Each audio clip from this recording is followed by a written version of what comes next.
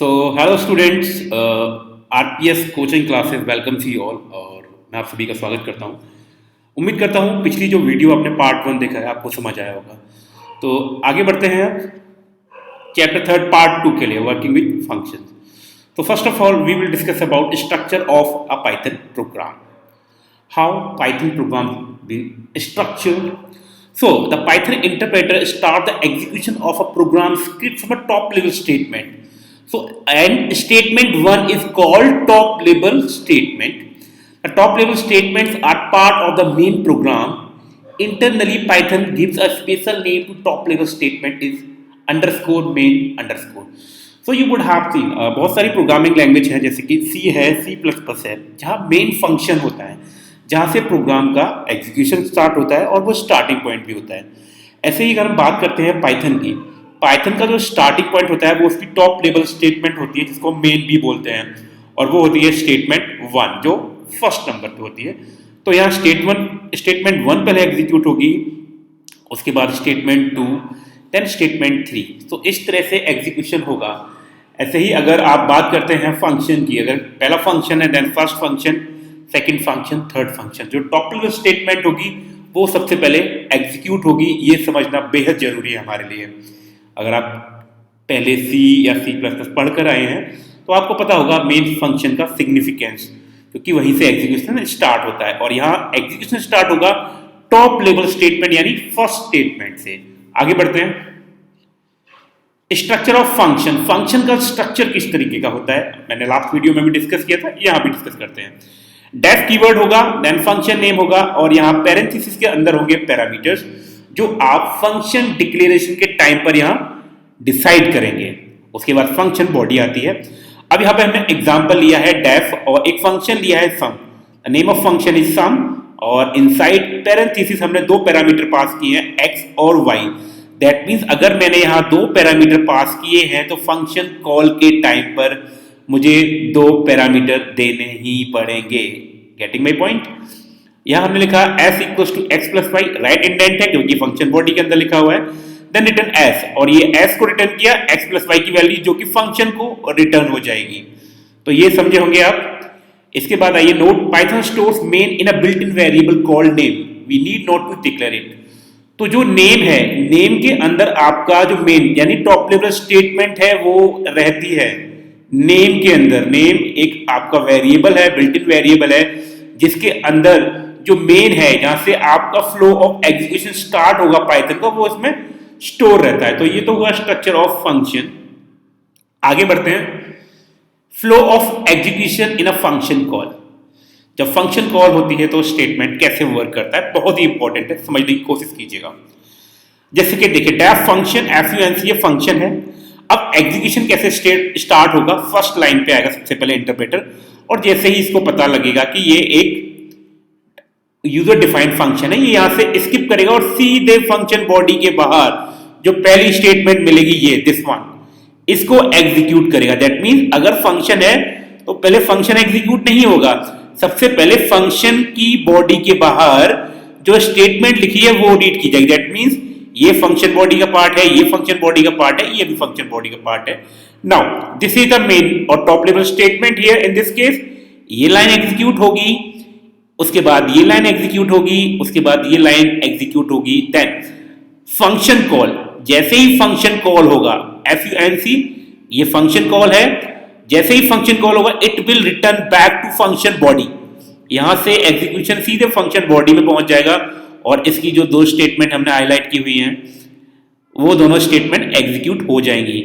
इसके बाद इसकी अगली फंक्शन कॉल का जो अगली स्टेटमेंट है प्रिंट, ये वाली एग्जीक्यूट हो जाएगी। तो आई थिंक आप समझ गए होंगे। जैसे ही डैश पर आएगा इंटरप्रेटर, सीधे आएगा मेन के पास जो कि एक टॉप लेवल स्टेटमेंट होगी, उसके बाद सारी स्टेटमेंट रीड करेगा। जैसे ही फंक्शन कॉल मिलेगी उसके बाद ये वापस जाएगा फंक्शन को रीड करने के लिए फंक्शन बॉडी में। So I think you will be getting it. अब आगे बढ़ते हैं। एग्जाम्पल ऑफ अ फंक्शन, यहां हमने एग्जाम्पल दिया है तो आप देख सकते हैं डेफ कैल्क एक्स, यहां पर एक ही पैरामीटर है एक्स, और यहां पे हमने फंक्शन बॉडी के अंदर r equal to 2 into X लिया हुआ है, रिटर्न r। फंक्शन को वैल्यू r रिटर्न हो रही है और d इक्वल टू कैल्क 5 ये 5 वैल्यू जैसे ही मैंने यहाँ फंक्शन कॉल में लिखी, ये 5 वैल्यू सीधे पहुंच गई आपकी x की जगह और r की वैल्यू हो गई 2 into 5 दैट मीन्स 10 और फंक्शन को 10 रिटर्न हो गया है। तो कैल्क में क्या है 10 जो कि हमने स्टोर कर दिया d वेरिएबल के अंदर और प्रिंट d को हमने प्रिंट कर दिया तो आउटपुट क्या होगा 10 यहाँ पर। आई थिंक समझ गए होंगे आप। आगे बढ़ते हैं। Arguments and parameters.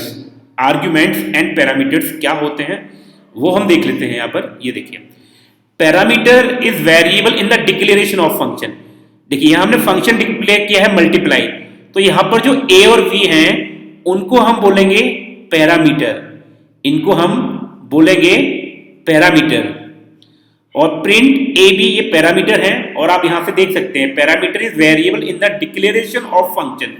जब हमने फंक्शन डिक्लेयर किया और argument is the actual value of this variable that gets pass to function. तो यहां पर मल्टीप्लाई में हमने वैल्यू दी 12 and y, y equal to 3। तो ये 12 और ये y, ये जो वैल्यू है 12 और y, ये वैल्यू हमने फंक्शन कॉल के टाइम दी है। जैसे कि यहां हमने दो आपका पैरामीटर पास किए, दो ही आर्ग्यूमेंट मैंडेटरी है जो पास करने हैं। तो ये 12 और y जो है ये होंगे आर्ग्यूमेंट जो कि पास हुए हैं और ये कहलाएंगे a और b पैरामीटर। 12 और y क्या हुए यहाँ पर आर्ग्यूमेंट। और arguments in Python can be literals हो सकते हैं, वेरिएबल्स हो सकते हैं और एक्सप्रेशन भी हो सकते हैं। हम यहाँ ये भी लिख सकते हैं 12, y प्लस 3, तो वो क्या होगा एक एक्सप्रेशन के फॉर्म में चला जाएगा। तो ये हुए argument and parameters. Declaration time पे जो आपने वेरिएबल दिए वो हो गए पैरामीटर और जो फंक्शन कॉल के टाइम आपने पास की वैल्यू वो हो गए आपके आर्ग्यूमेंट। उम्मीद करता हूं समझ रहे होंगे आप। आगे बढ़ते हैं। फंक्शन कॉल मैकेनिज्म, कैसे फंक्शन कॉल होता है। एक होती है कॉल बाय वैल्यू और होता है कॉल बाय रेफरेंस। आप लोगों ने पढ़ा होगा अगर आपने जावा या C++ पढ़ी होगी। तो कॉल बाय वैल्यू होती है वो होता है इम्यूटेबल टाइप में और इम्यूटेबल का मतलब होता है the value that can not be changed, जिसको आप मॉडिफाई नहीं कर सकते, चेंज नहीं कर सकते। इसमें हमारा स्ट्रिंग आता है और इंटीजर्स आते हैं। तो in call by value function receives a copy of the argument object pass to it by the caller stored in the at the new location memory. That means कोई इंटीजर है, आपने integer की value है 2, अब आप उसमें change करते हो, x इक्वल्स टू 2 लिखा हुआ है उसमें आप चेंज करते हो और x की वैल्यू को 2 + 3 कर देते हो।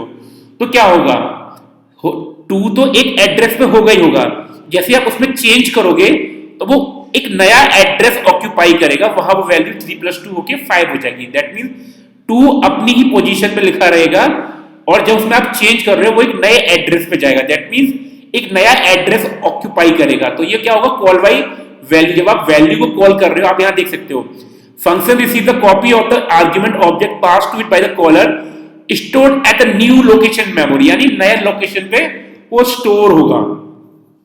अब बात करते हैं call by reference. Mutable type होती हैं, आपने लिस्ट पढ़ी होगी पाइथन में जो कि म्यूटेबल होती हैं, जिसको हम चेंज कर सकते हैं। In call by reference function receive the reference to the argument object pass to it by the caller both pointing to the same memory location. आप एग्जांपल ऐसे ले सकते हैं कि हमारे पास जो लिस्ट है, लिस्ट के 0 इंडेक्स पे कोई वैल्यू है 5, लिस्ट के 0 इंडेक्स पे 5 वैल्यू है, हम इसको मॉडिफाई कर सकते हैं। उस 0 इंडेक्स की जगह हम वैल्यू को 7 रख सकते हैं। उससे क्या होगा मेमोरी सेम रहेगी, यानी उसके लिए अलग मेमोरी ऑक्यूपाई नहीं करेगा, वो उसी सेम जगह पे रिप्लेस हो जाएगा। दैट मींस हमने एक गिलास को उठाया और उसकी जगह दूसरा गिलास रख सकते हैं।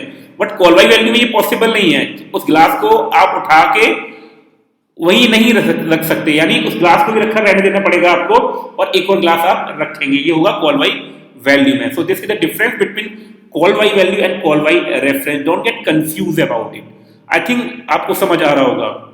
तो thank you for this is the second part of that function और आई होप आपको समझ आ गया होगा। Still if you have any doubt आप मुझसे पूछ सकते हैं कमेंट सेक्शन में।